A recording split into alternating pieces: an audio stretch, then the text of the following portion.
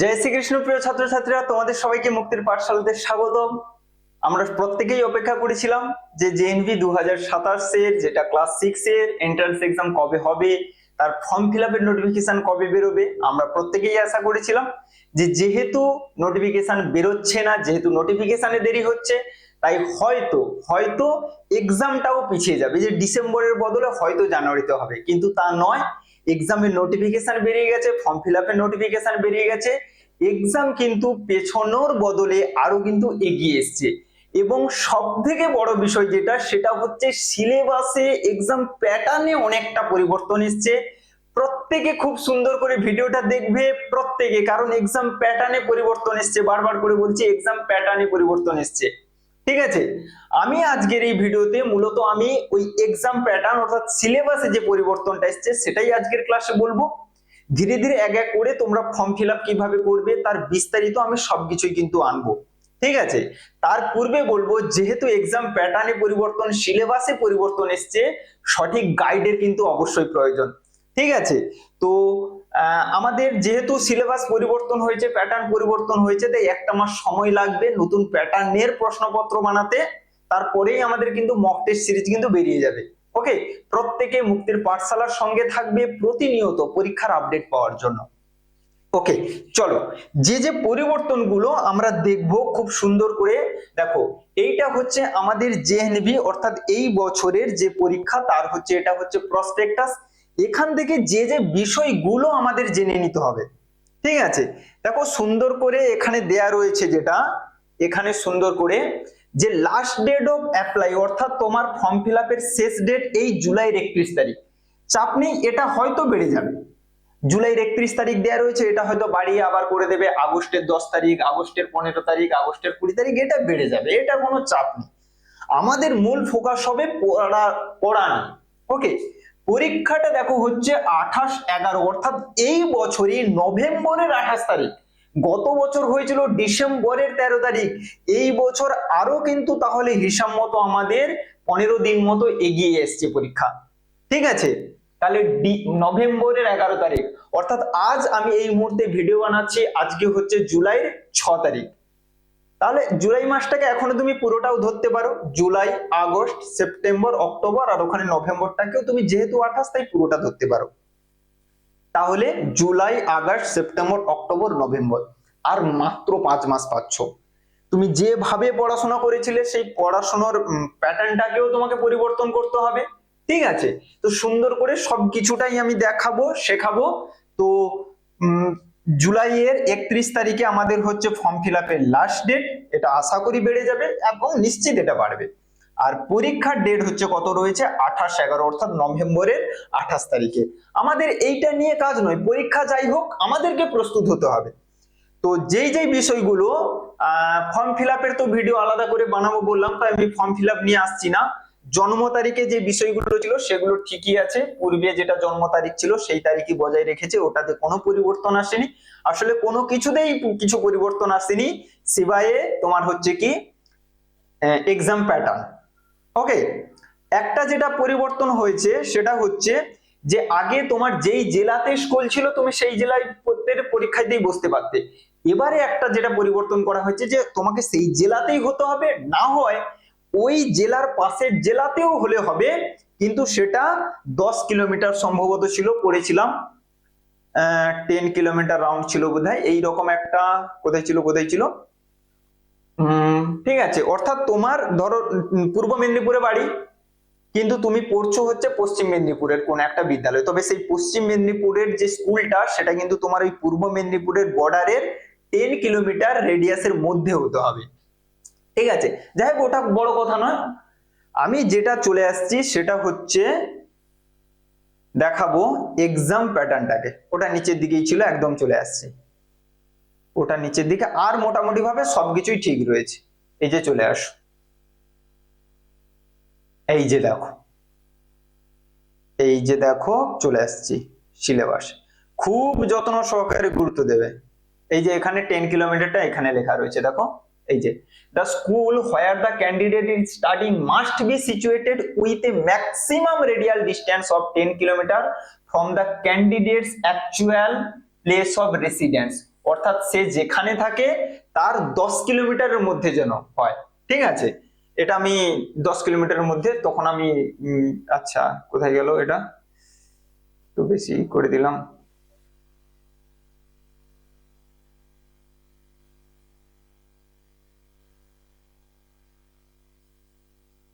Documents কি কি লাগবে, এই যে দেখো অ্যাবাউট সিলেকশন টেস্ট, এটা হচ্ছে সেন্টার অফ এক্সাম ইত্যাদি ইত্যাদি আছে।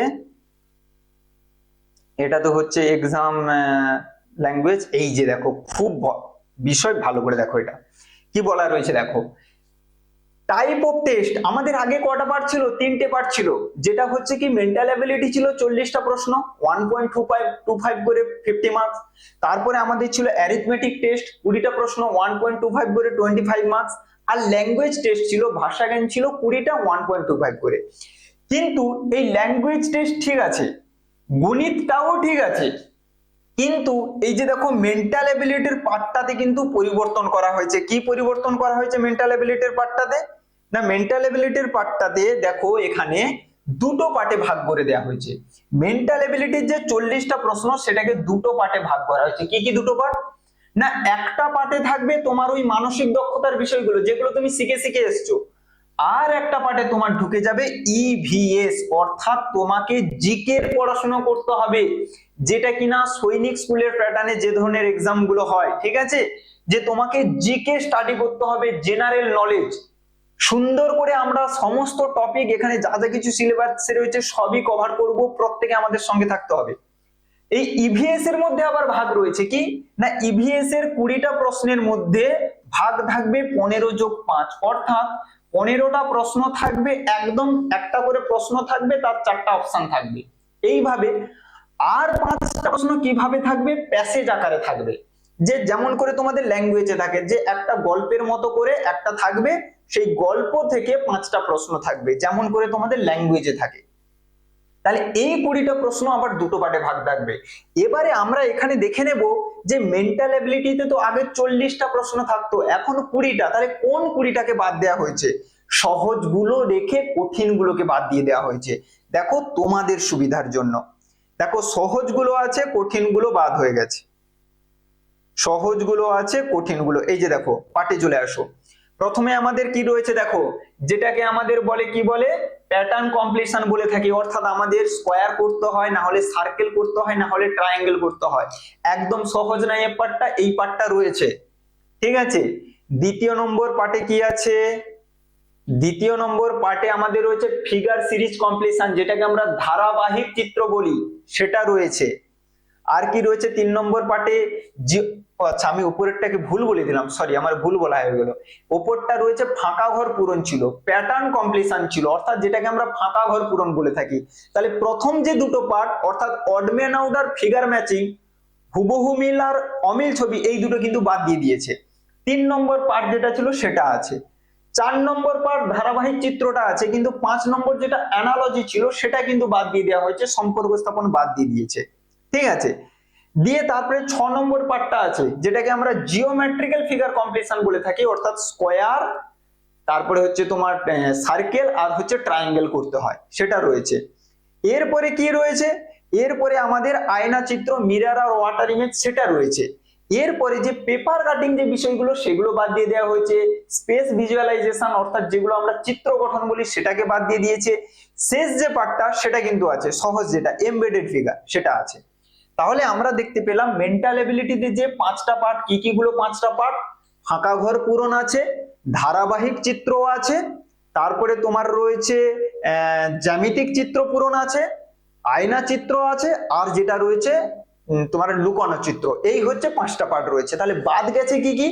অড ম্যান আউট বাদ গেছে, অমিল ছবি, ফিগার ম্যাচিং অর্থাৎ হুবহু মিল বাদ গেছে, অ্যানালজি সম্পর্ক স্থাপন বাদ গেছে, পেপার কাটিং এন্ড ফোল্ডিং সেটা বাদ গেছে, স্পেস ভিজুয়ালাইজেশন ওটা বাদ গেছে। 5টা পার্ট বাদ চলে গেছে। তাহলে এই 5টা পার্ট থেকে 4টা করে প্রশ্ন নিয়ে 20টা প্রশ্ন থাকবে। ঠিক আছে, এরপরে 21 থেকে 40 পর্যন্ত কি থাকবে? ইভিএস এর প্রশ্ন থাকবে, যেটাকে আমরা সাধারণত একদম সহজ ভাষায় তোমাদের যদি বলি জিকে। কি কি এখানে সিলেবাস গুলো দেয়া রয়েছে, আমরা সুন্দর করে এর মধ্যে যা যা কিছু রয়েছে সবই পড়বো। কি কি দা ন্যাচারাল ওয়ার্ল্ড, যেটা transformation, river, mountain, plants, animal, land ইত্যাদি বিষয়গুলো, আমি বিস্তারিত তো আসছি না। হিউম্যান বডি সম্পর্কে জানতে হবে, science in daily life, social surroundings ইত্যাদি জিনিসগুলো সম্পর্কে আমরা শেখাবো, তোমাদেরকে পড়াবো। ওকে, তাহলে এখান থেকে থাকবে কিন্তু 15টা প্রশ্ন, অর্থাৎ একটা প্রশ্ন থাকবে তার 4টা অপশন থাকবে। এরপরে এই 21 থেকে 40 এর মধ্যে, অর্থাৎ তোমার 36 থেকে 40 পর্যন্ত, 36, 37, 38, 39, 40, এই 5টা প্রশ্ন কি থাকবে এই রকম হচ্ছে, এই যে দেখো, এই যে প্যাসেজ আকারে থাকবে। ঠিক আছে, দেখো এই যে একটা প্যাসেজ আকারে দেয়া রয়েছে, এইখান থেকেই 5টা প্রশ্ন থাকবে, যেমন করে তোমাদের ল্যাঙ্গুয়েজ টেস্টে থাকে সেই রকম একটা প্যাসেজ এখানেও থাকবে। সেটা হচ্ছে গল্পের মতো করে থাকে, এটা টোটালি এই ইভিএস জিকে অর্থাৎ সায়েন্সের ওপর থাকবে এই জিনিসগুলো। তাহলে এখানে 20টা প্রশ্ন আমাদের হয়ে গেল। এরপরে আমাদের টোটাল 40টা হয়ে গেল। এরপরে অ্যারিথমেটিক টেস্টে যা যা কিছু জিনিস ছিল ওইগুলোই রয়েছে, এমন কিছু পরিবর্তন হয়নি। সেই দেখো বার ডায়াগ্রাম রয়েছে, তারপরে types of angle and simple implication রয়েছে, অ্যাপ্লিকেশন রয়েছে, পেরিমিটার এরিয়া, তারপরে নিউমেরাল এক্সপ্রেশন রয়েছে, মেজারমেন্ট রয়েছে, ফ্র্যাকশন, ওই জিনিসগুলো যেগুলো আমরা করে থাকি বা যেগুলো আমরা ছিল। ঠিক আছে, একই রকম রয়েছে, এমন কোনো পার্থক্য নেই এখানে। আর তারপরেও এখানে একই রকম ভাবে তোমার যেটা হচ্ছে ল্যাঙ্গুয়েজে যেটা, যে 4টা প্যাসেজ থাকবে, প্রত্যেকটা প্যাসেজ থেকে 5টা করে প্রশ্ন থাকবে, এইভাবে তোমার 20টা প্রশ্ন। তাহলে এখান থেকে মোস্ট ইম্পর্টেন্ট পার্ট যেটা হচ্ছে মেন্টাল অ্যাবিলিটি, যে পোর্শনটা, তাহলে মেন্টাল অ্যাবিলিটিকে দুটো পার্টে ভাগ করা হয়েছে। একটা হচ্ছে মেন্টাল অ্যাবিলিটির আগের মতোই রয়েছে, যেখানে 5টা বাদ দিয়ে 5টা রেখেছে, 20টা প্রশ্ন আসবে ওখান থেকে, আর 20টা প্রশ্ন ইভিএস থেকে আসবে। এইটা কিন্তু তোমাকে গুরুত্ব দিতে হবে।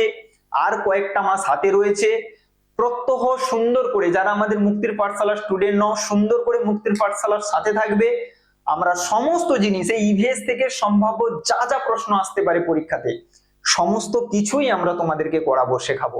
ঠিক আছে, একদম ঘাবড়ানোর কিচ্ছু নেই যে নতুন একটা জিনিস চলে এলো, কি করব, কোথা থেকে পাবো, আমরা দেবো সমস্ত কিছু তোমাদেরকে, আমরা দেব।